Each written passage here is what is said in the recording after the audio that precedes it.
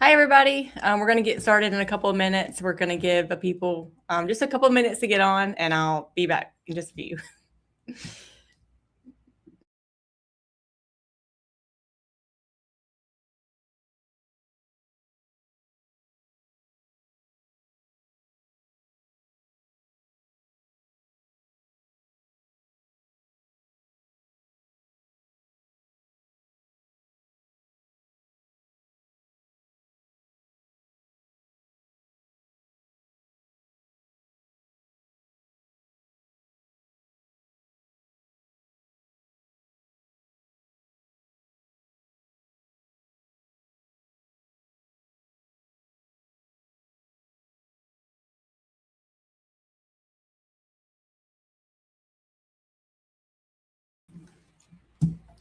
Hi, everybody. We're going to get started in about 4 minutes, so we'll be right back.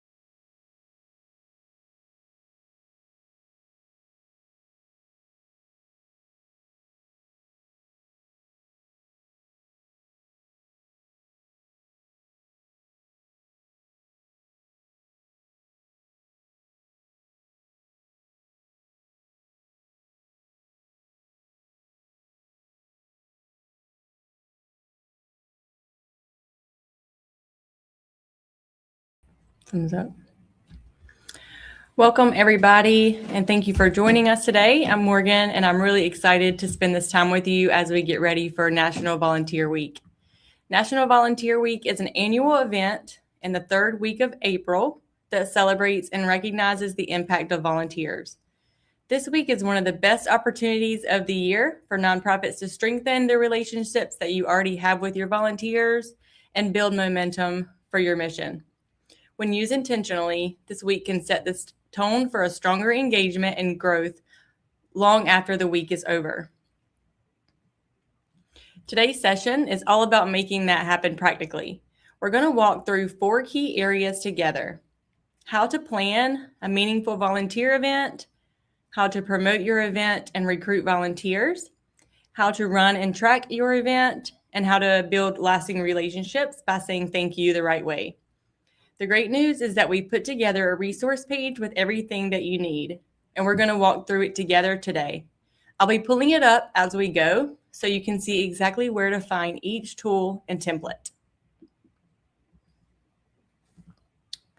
So let's start with step 1, planning your event. Before anything else, you need a solid plan, and it starts with 3 things. First, you want to set a clear, realistic goal. What does success look like for your event? Is it the number of volunteers who show up? Is it the hours logged? Or is it a specific project completed? Having a clear goal keeps your team aligned and helps you measure impact afterward. It is also important to tie your goal to your organization's purpose. How does it contribute to your organization's overall mission? Second, choose the right format. Not every event needs to be in person. Depending on the organization and your volunteers, a hands-on community project, a virtual session, or maybe even a hybrid event could work best. Think about what's realistic for your team and what your volunteers will actually show up for. Third, you want to confirm your logistics. Lock in your date, location, and whether that's a physical space or a virtual meeting link, and add any other details that you'll need like supplies, parking, or tech setup. I'm going to pop over to our resource page. On this page, we have put together all of the resources that we'll go over today. This is a really helpful page for you to access throughout your volunteer week planning journey. There are 4 sections that start with planning the event. Each section has a checklist for you to track your progress, and then resources and documents to help you achieve these goals. In this planning section, I want to highlight 2 particular resources that are linked here. How to make the most of your volunteer event. This one will walk you through how to structure an event that's actually impactful, not just well attended. In this guide, we will walk through how to prepare for success, promote inclusion, and accurately measure outcomes. The next one is how to organize volunteers effectively. This one is great for thinking through logistics and making sure that your volunteers know exactly what they're doing when they show up. This one will show you how to clearly define volunteer roles and responsibilities. Also, build a simple recruitment and onboarding process and communicate effectively with your volunteers. All right, next, let's talk about promoting the event. Once your event is planned, it's time to get the word out. Promotion is where a lot of nonprofits leave opportunities on the table.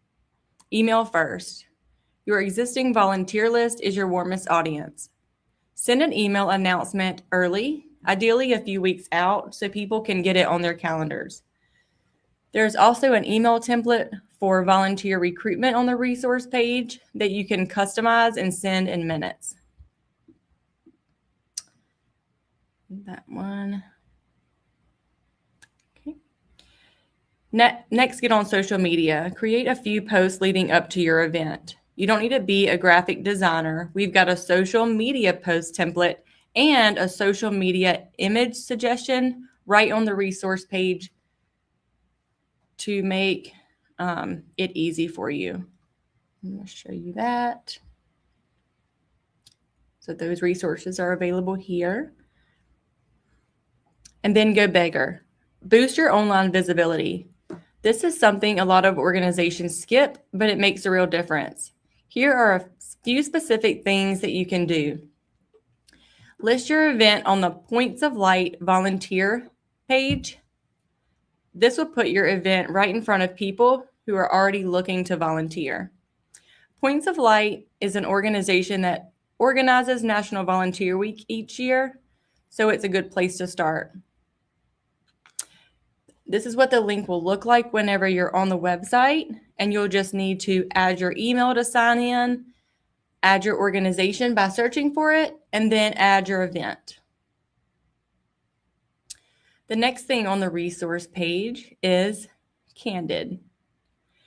So claim or update your Candid profile. Candid is one of the first places donors and volunteers look to vet a nonprofit. If your profile is outdated or unclaimed, that's a credibility gap. To do this, you will click on the link. Once you're on Candid, you will create your account. Then you can search for your organization and then fill out your profile to share your story. The next thing on the volunteer checklist is to add your event to the volunteer listing sites. I'm just going to here we go. To add your event to the volunteer listing sites, I would recommend being as detailed as possible in the post description so volunteers know exactly what they're doing. If you are too vague, they may move on to other opportunities because they're unsure of what the event is. We've compiled a list of the best ones on the resource page, and it takes just a few minutes to post to a few of these. It can bring volunteers that you'd never reach otherwise. There are sites including Eventbrite, Volunteer Center Helps, Samaritan Scout, AARP Create the Good, Idealist, and Weaver Network. Adding your nonprofit event to the volunteer listing site helps you reach a much wider and targeted audience of people who are already looking to get involved. Instead of relying on your existing network, you tap into a pool of motivated volunteers actively searching for opportunities, which can fill roles faster.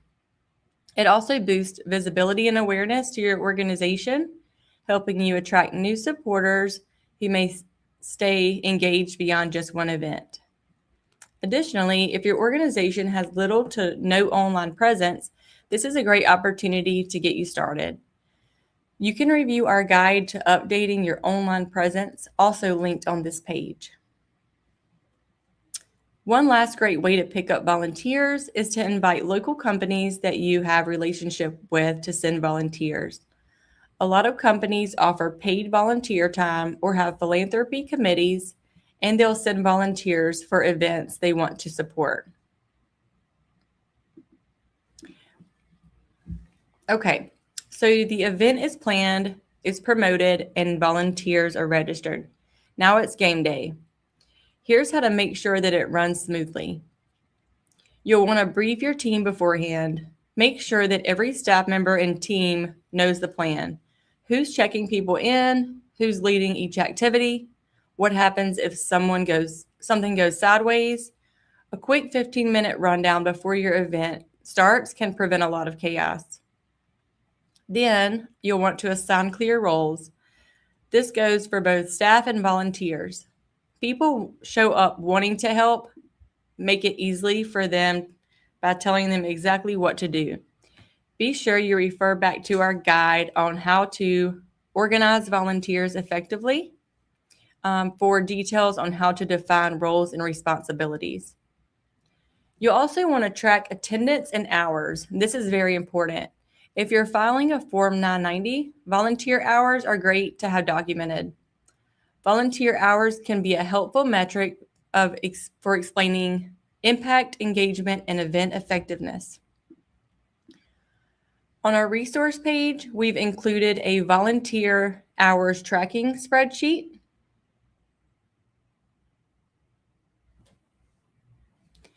That's specifically designed for Form 990 reporting. Don't leave this until after the event. Have someone track it as soon as people leave and arrive. Finally, I'll highlight how to make the most out of your volunteer event and how to organize volunteers effectively. Those are also here on the resource page. And then go make a difference. That's why we put this together for you, to make it a lot easier to make an impact this National Volunteer Week. Tax 990 is there for you every step of the way. This last section might be the most important one for long-term volunteer retention, and it's one of the easiest to skip when you're tired after a big event. Don't skip it. Volunteers give their time freely. That way you show gratitude directly affects whether they come back and whether they tell their friends about you. Here's what we recommend. Send a thank you email to every volunteer who participated, every single one.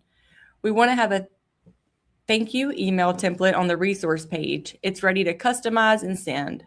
Do this within 48 hours of your event while the energy is still fresh. You can also post a thank you on social media. Give your volunteers a public shout out. Tag them if you can. People love to be recognized, and it shows that your community, that you value the people who show up for you. There's a thank you social media post template in the resource page for you as well. Distribute volunteer appreciation certificates. This is a small gesture that goes a long way, especially for volunteers who are students, early career professionals, or anyone who'd value having something they can add to a resume or portfolio. We have a volunteer certificate template that you can customize and either email or print. Recognize your standout volunteers with an award. If someone went above and beyond, say it. There's also a volunteer award template on this page. And finally, you could also record a short thank you video. It doesn't have to be fancy. It could be your executive director, your board chair, or your whole team on a Zoom call. Something personal and heartfelt.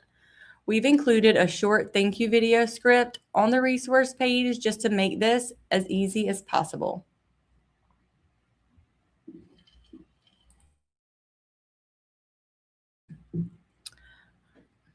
Here they are here.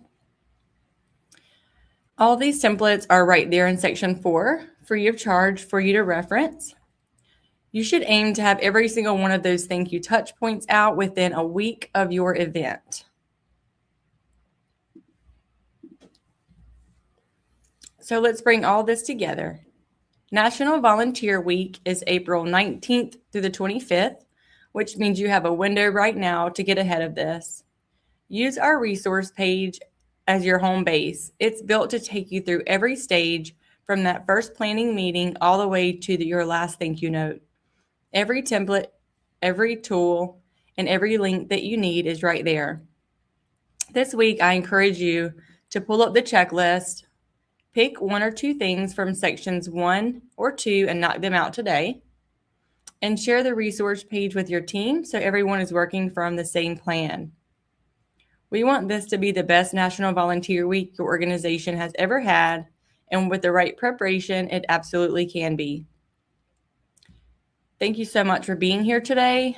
I am going to drop the link to our resource page in the chat now, and we'll open up for any questions that you may have. I'll wait just a couple minutes to see if anybody has any questions.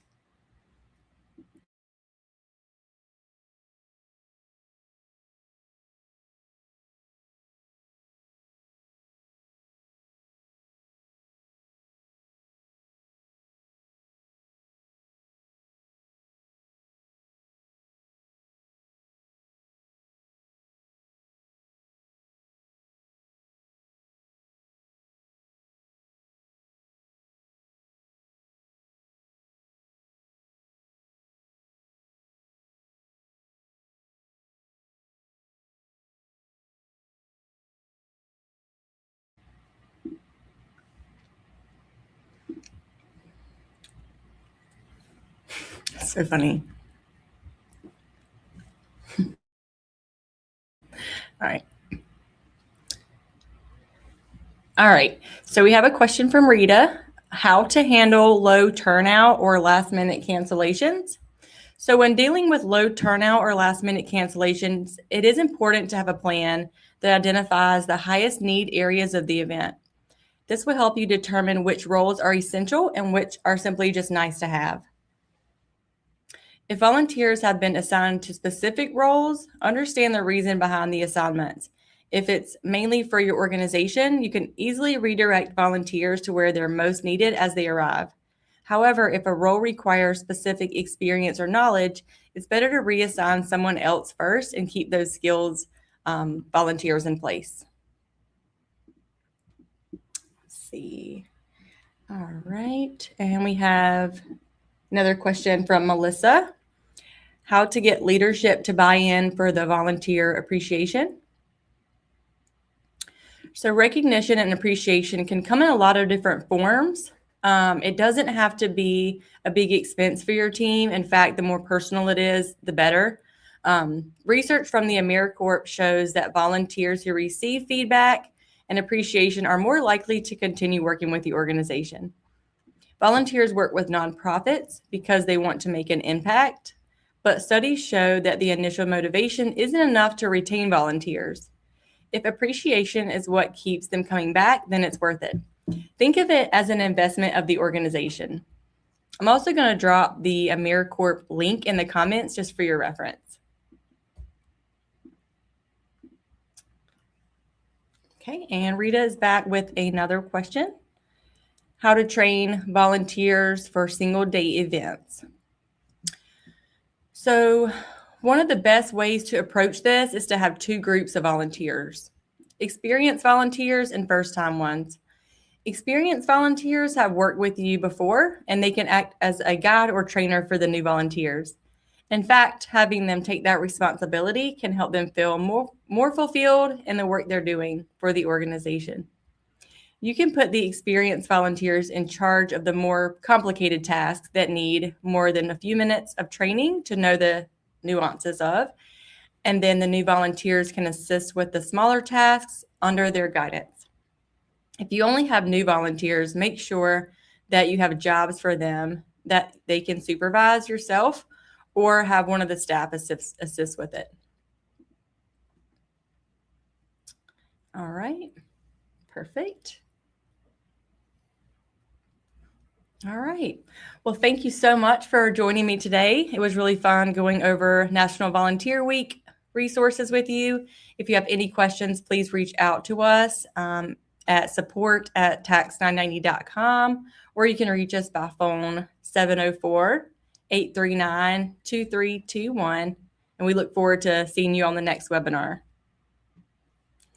Bye.